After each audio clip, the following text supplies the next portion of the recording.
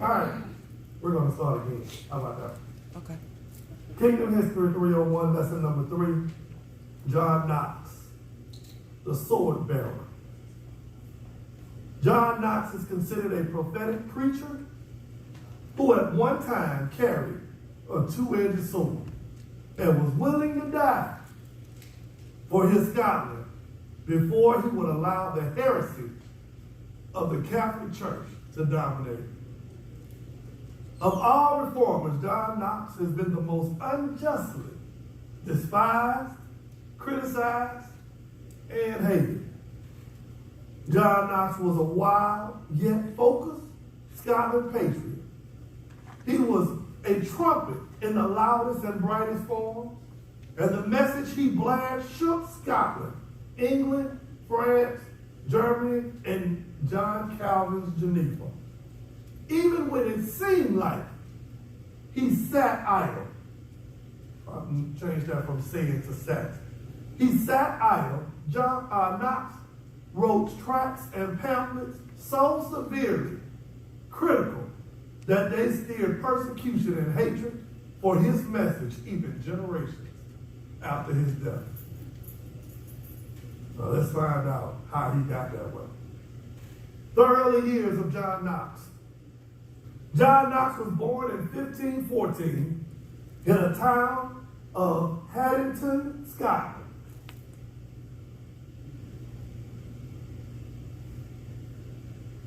In Haddington, Scotland.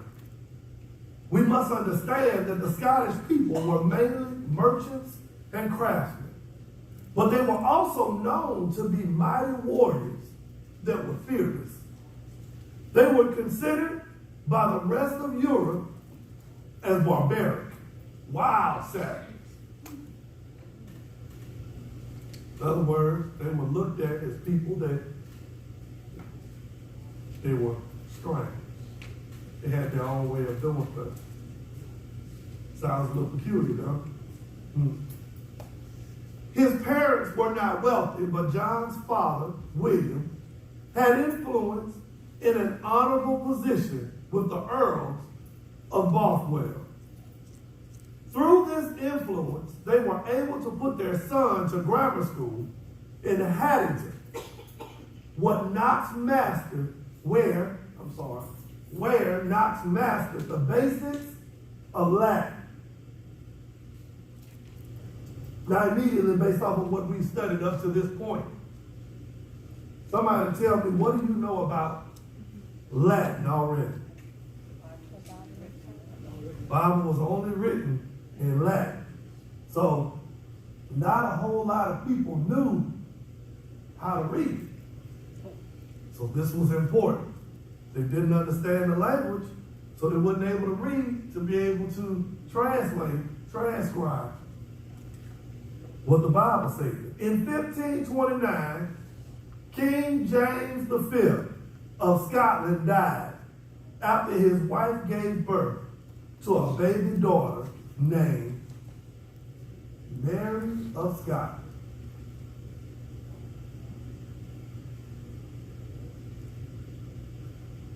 Mary of Scotland. I was watching a Netflix show like Mary of Scotland. Some interesting stuff. I made me actually go back and read a little bit. Like, it wasn't far from what the show said. She was something else. Okay? At only 1 week old, Mary was pronounced Queen of Scotland. At how old? 1 week. 1 week old. In the same year, he attended the University of St. Andrew, where he studied under the famous Scottish theologian, John Major.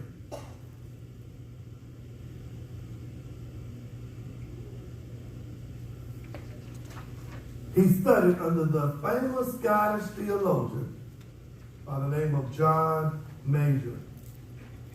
This was the same teacher John Calvin had learned from earlier in Paris.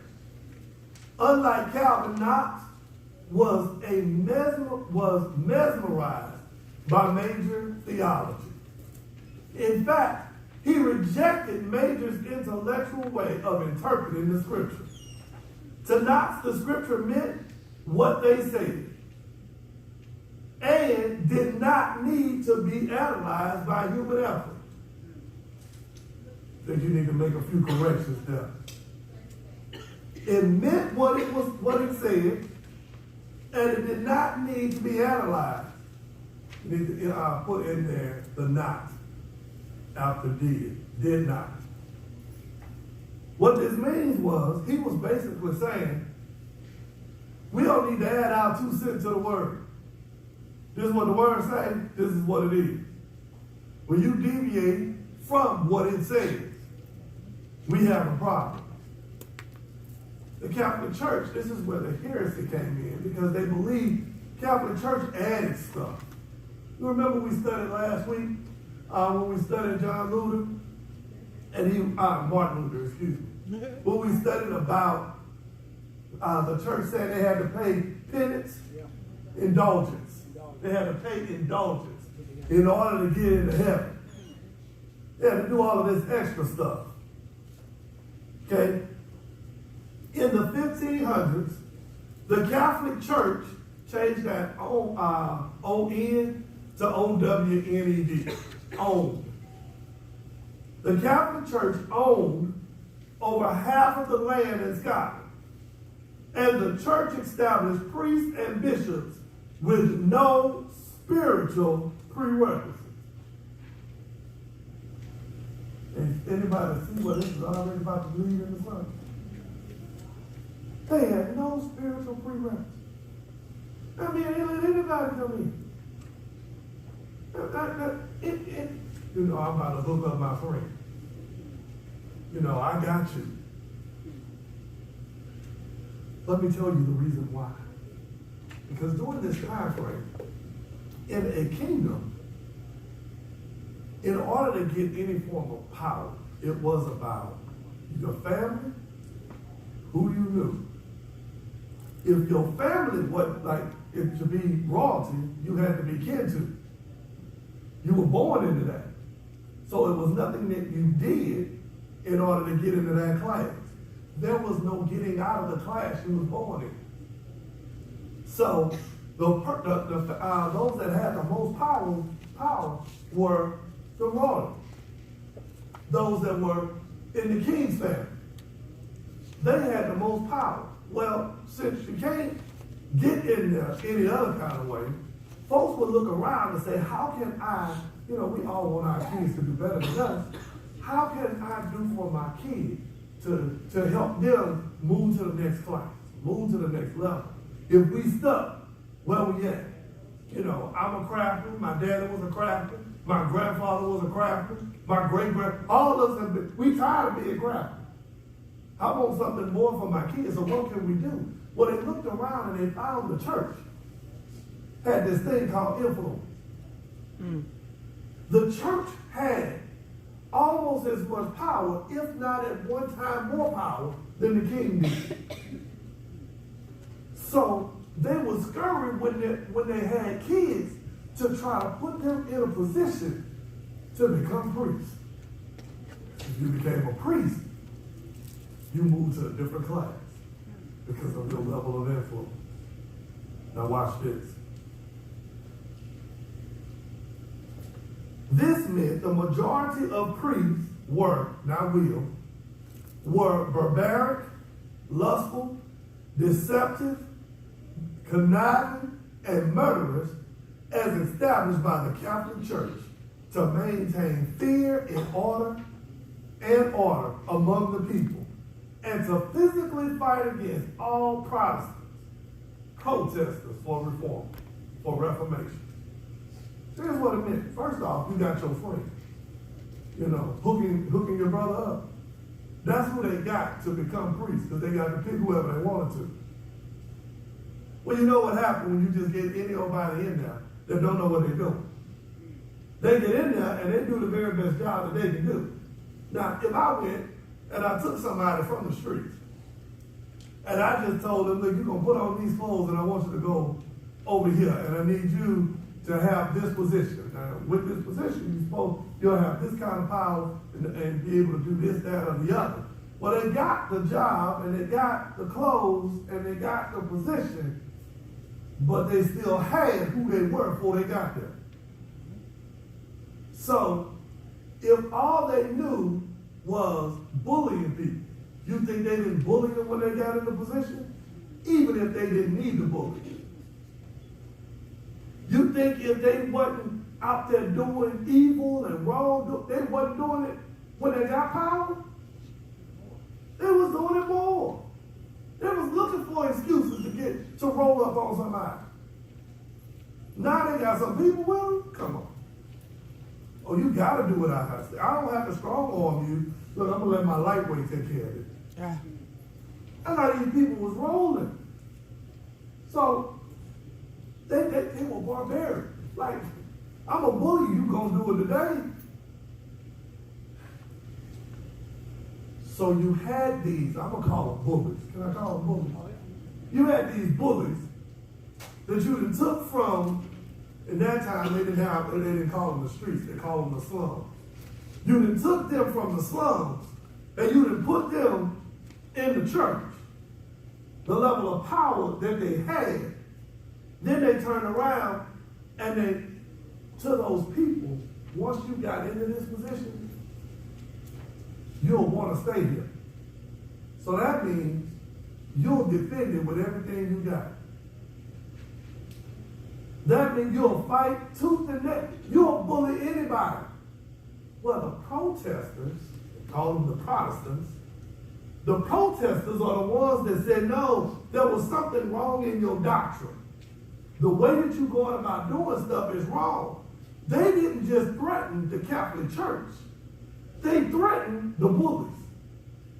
Because now you about to mess up, they hook up. Not livelihood, they hook up. Because now you're putting their hookup in jeopardy. So now they got a problem with them too. And remember, they were barbaric. So they were doing all kind of stuff. This is where you get, and this is what was funny to me. A couple years ago when they came out talking about all the problems that the Catholic Church was having with the priests, I was sitting back saying, this wasn't brand new. This been going on. You just didn't hear about it. But this been going on for a long time in the church. For centuries. It's been going, they've been sweeping it underneath the rug.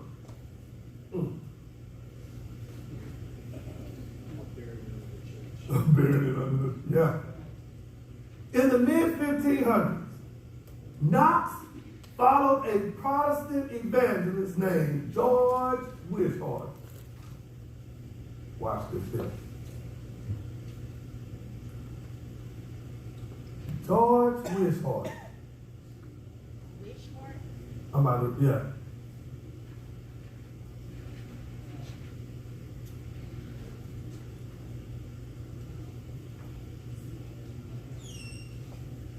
Wishart. George Wishart. Knox serves as Wishart's bodyguard, and over time became his friend and student. Knox wanted to remain with Wishart, but Wishart insisted that one is sufficient for one sacrifice. One is sufficient for one sacrifice. What that mean? He knew something was coming. Archbishop of St. Andrews, Cardinal David Beaton, arrested Wishart and found him guilty of heresy. On March 1st, 1546, we put that comma behind the one, Wishart was led to the stake to burn to death. But he didn't go quietly. He didn't go. Add the N and apostrophe behind that D. He didn't go quietly. So when he told him before that, look, we got to go our separate way. What he was really saying was, you can't, there comes a point where I've taught you everything that it is that I can teach you. Now at this point, we got to go a separate direction because I know where mine gonna lead me. But when I meet my death, I'm fine because I start everything that I am and I left it in you. So you can carry the message even after I can't carry it no more. So it was deep. So here's the question that I want to throw out there. If you were to leave here today, what is it that you know that dies with you? What'll be done when you're done? Because you've never passed it on. You've never given it to anybody else. Amen? Amen. So, with hands bound, remember I told you he didn't go quiet. With hands bound behind his back, a rope around his neck, and an iron band around his waist, he preached in the streets as the crowd gathered to see the spectacle. If I'm going to go out, I'm going to go out talking. I'm going to go out preaching. If you're going to put me to death for this. In fact, the guy was excited about it. Because to go into the number of some of those in the book that said, for him I live and for him I die. This is what it truly meant. So he wasn't afraid to die. He was willing to make the ultimate sacrifice. And knowing, even in this, somebody's going to get saved. Because if my faith is on that level, that even when I go through what I go through, they see I'm holding on to my faith more than I'm holding on to anything else.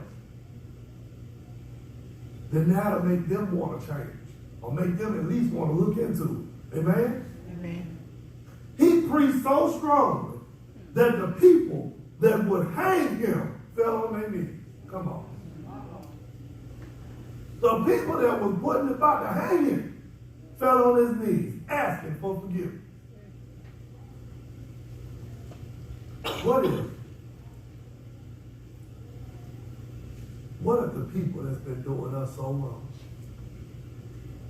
What if our response stopped them in their tracks? Our response, I gave an illustration. I spoke Saturday, and I gave an illustration to open up. And I didn't know the folks that were there, the folks that I picked to do the illustration, was going to use a real life situation. I just gave them some criteria to get started. And I was like, all right, this is what I want you to do. I want you to just give a direction, give an order, some instructions. And it was two groups, 2 males, 2 females. Both of them, they just had to follow each other's lead. And the ones that gave it, so both men gave the same amount of orders. And to the ladies, I said, I want one of you to listen. I want one of you, regardless of what it is that they tell you, do it. And then the other one, I said, I want you to go kicking and screaming. I want you to do it, but I want you to do it kicking and screaming, like not willing to do it. And it was the funniest thing I did not know. That was the only instructions I gave. Okay, that was it. I didn't know that I was going to get up there and say this was a real life situation. And I was like, whoa, wait, hold on. This is not about to go right. And he got started talking, and she looked at us and was like, wait, hold on, this ain't fair. He using something that really happened today. And he told her, look, go get in the car. And her response disarmed him. Her response was, okay, is there anything you would like for me to do before I go or while I'm in the car?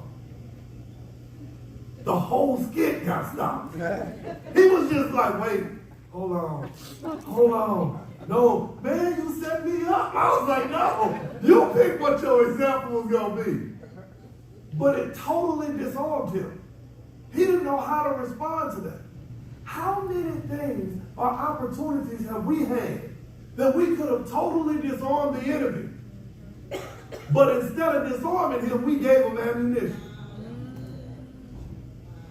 We gave them ammunition because we gave them what they gave us. They came to us with hesitation and wanting to cause problems and conflicts. And what did we in turn do? Turn around and give them more of them back.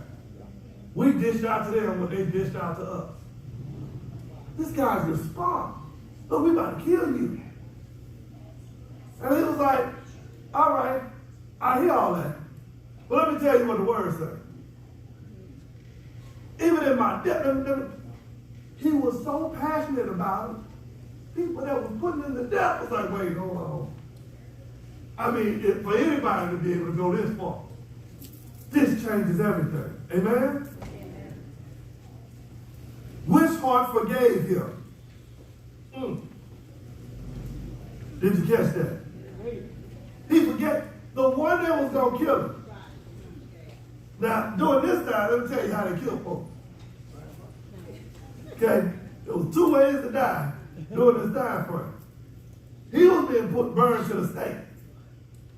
You get tied to this pole with some wood that's already dried up, gonna catch fire fast. They tie you down so you can't leave. And one person got to take the fire and go set the fire to it. The person that was going to set the fire stopped. And then he kissed it. Now watch this. Watch this. Uh-oh. He kissed his cheek after he said, I forgive you. And encouraged him to do his job. I forgive you for what you're getting ready to do. But I still need you to do what you're supposed to do. Because I don't want my death. You not doing what you're supposed to do. You pay a consequence for not doing what your job is. Okay, all right, Holy Spirit, catch this. What if you turn to those that came against you and you told them, I forgive you, but I do understand you're not just doing this to be doing it. I need you to continue to aggravate me. I need you to continue working on my nerves. You know, when I was young, we used to always be told, don't ever pray for patience. Everybody else is told that? We were told, don't pray for patience, because if you pray for patience, God going to send folks to work on your last nerves. As I have gotten older, here's what I learned. Folks that said that didn't know what they was talking about. Because people working on your nerves is the very thing that you need to develop patience. It's necessary. So, knowing what it is that you have coming, the thorn in your side. Remember I talked about sometimes we try to escape it. We asking God to escape it instead of saying, Lord, help me to reshape or reframe this. Because if I look at it differently, then everything else about it changes. That's great. He said, man, this dude is putting me to death. I forgive you. Now turn around and do your job. I forgive you. Now, you know how powerful that is? Yeah. So look, Lord, forgive them because they know not what they do. What he was really saying is, look, I get it. Where you are, what you're doing at this point and period in your life, it was necessary. It was necessary. Look, somebody got to be the bad guy. Oh. I need you to catch that. Somebody has to be the bad guy. Would you know good if evil didn't exist? We so quick to pass judgment on evil. But the evil is designed or allowed to help develop us. It has its place, it has its use. Everything designed underneath. Everything has its purpose. So it has its purpose too, to refine, to grow, develop you. Tell her, dude, go ahead and do your job. Look, I forgive you. I ain't taking it personal. I don't even take it personal. Somebody talk bad about you at work, spread some nasty rumors. You just say, look, I know you did it. I forgive you. Let me tell you the greatest thing about forgiveness that I have. I learned this a couple years ago. I begin each day with this. Lord, forgive anybody that's going to mess over me today. I practice what's called proactive forgiveness. If I forgive before we get started, before I ever go into it, now I'm not trying to get back because I'm already up. It's easy for me to forgive it's easy for me to let it go if I've already forgiven you. Look, the word says that the enemy comes for to kill, steal, and destroy. You can stop and he comes. So because I know that he's coming, why act shocked when he show up? Why act like it's brand new? Look, I know it's going to happen. If we would take the time and say, let me just prepare, because I know it's coming. I know that it's coming. You know, the old folks used to tell you, you either just coming out of something, going through something, or what? About to go into something. So since I already know that it's coming, I just practice, Lord, forgive everybody prior to it. It's gonna do the one that's gonna lie on me, the ones that's gonna lie to me, those that's gonna steal from me, those that's gonna do me wrong, so that when it happens, those that's gonna cut me off in traffic, those that's gonna steal my cup of coffee, those that's gonna I don't even drink coffee, but those that do whatever it is that they're gonna do. Lord, forgive them now, so I can actually walk around in grace for the rest of the day. Not mercy, because not grace. Not a problem. Don't worry, I already forgave you. I didn't understand how powerful this tool was until me and my dad had an issue. And just the way we had a disagreement about something, we rarely ever disagree.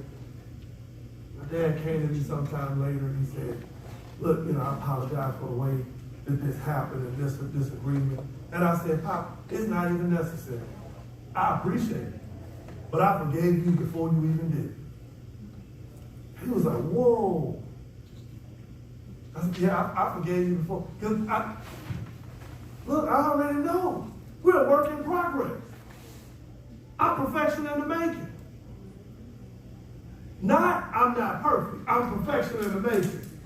The other definition of perfect, okay. Y'all won't catch that one later. Amen? So, he preached, I just want to read this again. I know we read it already. He preached so strongly that the person that would hang him fell on his knees, asking for forgiveness. Which heart forgave him, kissed his cheek, and encouraged him to do his job. The hangman hung him on a stake into the flames, consumed him. I want you to get this. They didn't like the fellow. Okay? Remember I told you during that time, there was really three ways for a person to die. You either got burned at the stake, you were hung, or your head was cut off. Those were the three ways to die back then. Okay? So it wasn't enough for them to just burn him at the stake. It wasn't enough for them to just hang him. They did a hanging and a burning. Now watch this. The hangman hung him on a stake into the flames consumed him. As he burned, which heart cried out for the forgiveness of those who murdered him. He wasn't hollering and screaming. He was asking God to forgive them. They didn't even realize what they was doing. Knox was a strong man filled with compassion. I can believe that, huh? And extreme courage. Wouldn't you say that was, that's next level courage right now? He will pick up where his mentor, George Wishart, left off. He preached a message that the archbishop forbade any preach on the day that were forbidden as well. And he preached, first off, he preached a message that they told him he could not to preach. Then there were certain days when he wasn't supposed to preach. He did that too. He said, you know what? You don't get to tell me. This is how this is about to go. This caused him to be arrested and sentenced to the gallows. Even there, Knox had extreme courage. One young man wanted to attempt to escape, and he wanted to know what Knox thought. Knox told him to go ahead with the escape and not to be afraid, because fear was simply love of self. Catch that. Fear was simply a love of self. He wanted the young man not to kill an innocent guard, but if he could kill Cardinal Beaton instead.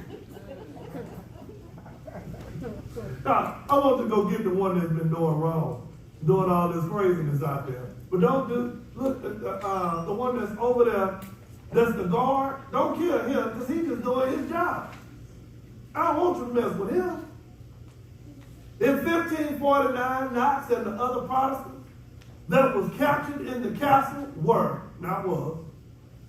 sold to King Edward VI and the British government. The British government had established the Protestant beliefs within the nation, therefore, they were eager to know Knox, or eager to have Knox as an honored guest. For the next 5 years, Knox served as a minister in England. Now, it's one thing to be in jail for preaching and teaching, but for to have a conviction so deep that somebody from a whole other country recognized you, bought your freedom, and then put you in a position of royalty. Catch that. Talk about your gift will make room for you. Put him in a position of authority. His doctrine was simple. He taught the believers 3 basic principles. 1, the supremacy of the scriptures. 2, justification by faith alone. And 3, the priesthood of all believers. He passionately preached throughout England, forcefully exposed an error and overthrowing wrong thinking concerning the Lord. He became famous for the motto, spare no arrow, and spare none he did. His sermons subtract of the middle, attacking every form of error, tradition, and blasphemy, totally disarming the bishop and the priests of England. The way that, no, I'm coming after those that's not preaching this right. I can't allow you to teach people the wrong form of thinking. Because, and here's the thing, if you learn wrong, you'll teach wrong. This is why silence is so dangerous. See, silence is compliance. The church has been silent. Believers have been silent for so long. We've seen wrong, different things that have transpired, knowing this is not the way that this is supposed to be. But because we have not said anything, we basically said the way you acted is okay. I see it being done wrong. It ain't my business. I ain't getting into that. What we really saying is, you got our stamp of approval, go ahead.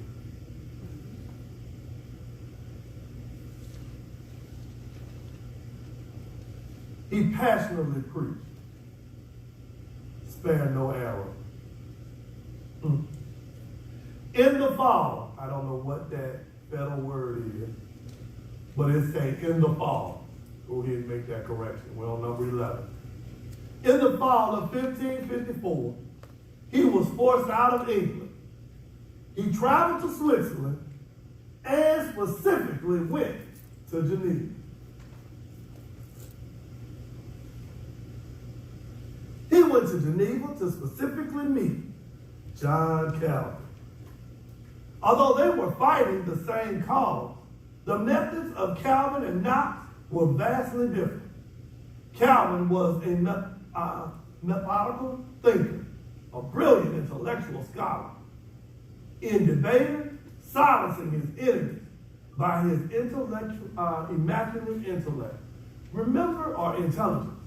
Remember earlier we talked about they were both mentored by the same person, George what? Wishart. Both of them were mentored by the same person, not at the same time, but he was the same one. But remember early on it said that John Knox said he didn't want to do it the way, just because Wishart said it should be like this. He was like, nah, I'm studying the scripture for myself. Because I see something a little different here.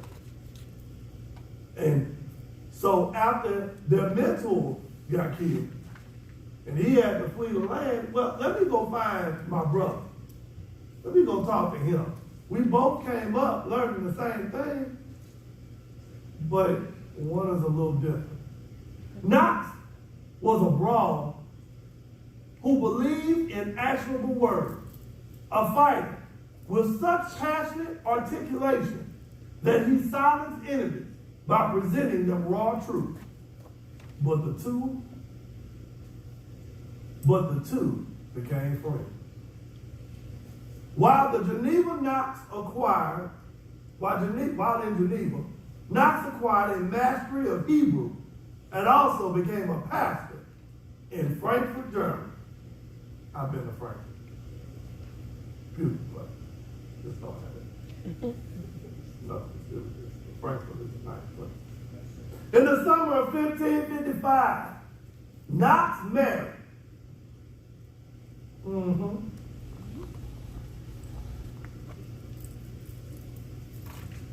Marjorie, after only been engaged since 1552. This did not slow Knox down. As a family man, married with children, Knox continued to stand against the unjust behavior of the Roman Catholic Church. Marjorie became so engulfed in Knox's work that it is said that when she died in her mid-20s, her cause of death was overwork.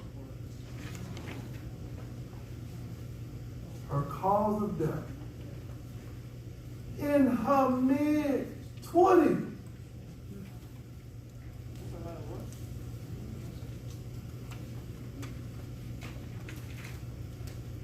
Now there were some things to get out of that. We're going to talk about it. Number 13, Knox closing.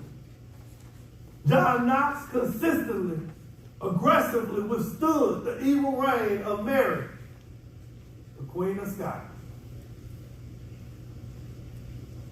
I'm telling you, y'all gonna look her up. You find out some stuff about Queen of Scots.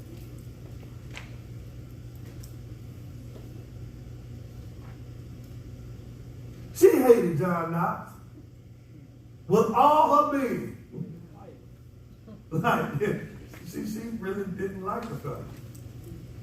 On March 25th, 1564, Knox married her distant cousin, making him royalty.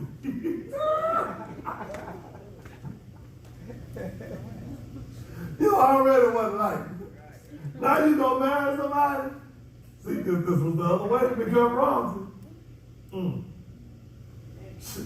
She was mad. Then Mary, Queen of Scots, was captured by the Protestants in Knox, insisted that she will be executed for her refusing to repent from the era of the Roman Catholic Church. She had killed many martyrs, and to him, she had destroyed the purity of his homeland. The Protestants, however, did not kill her, and she escaped to England looking for refuge, only to find the Queen of England ready to arrest her. And what she said in prison for 19 years, or she stayed in prison for 19 years until she was beheaded. 19 years. All because she refused to repent. This should give you a whole new light on what you live for and what you're willing to die for. We've had two very contrasting sides. You know, the mentor, George Wishart, who while being burned at the stake, he forgave a man that was killing him.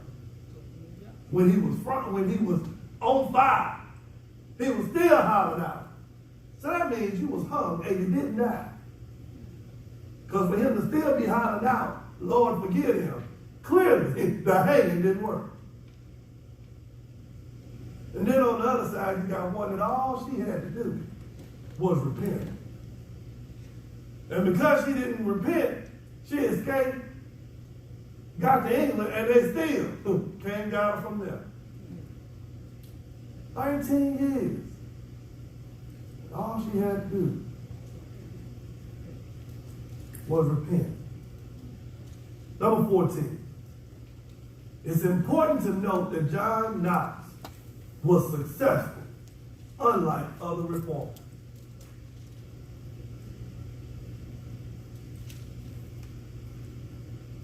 He successfully overthrew the rule of the papacy. He destroyed the hold of the Roman Catholic Church in Scotland. They had established a God-fearing nation free of Catholic rule. Although the Roman Catholic Church in Scotland continued to fight, they had no established authoritative position. All of those positions were filled with Protestant belief.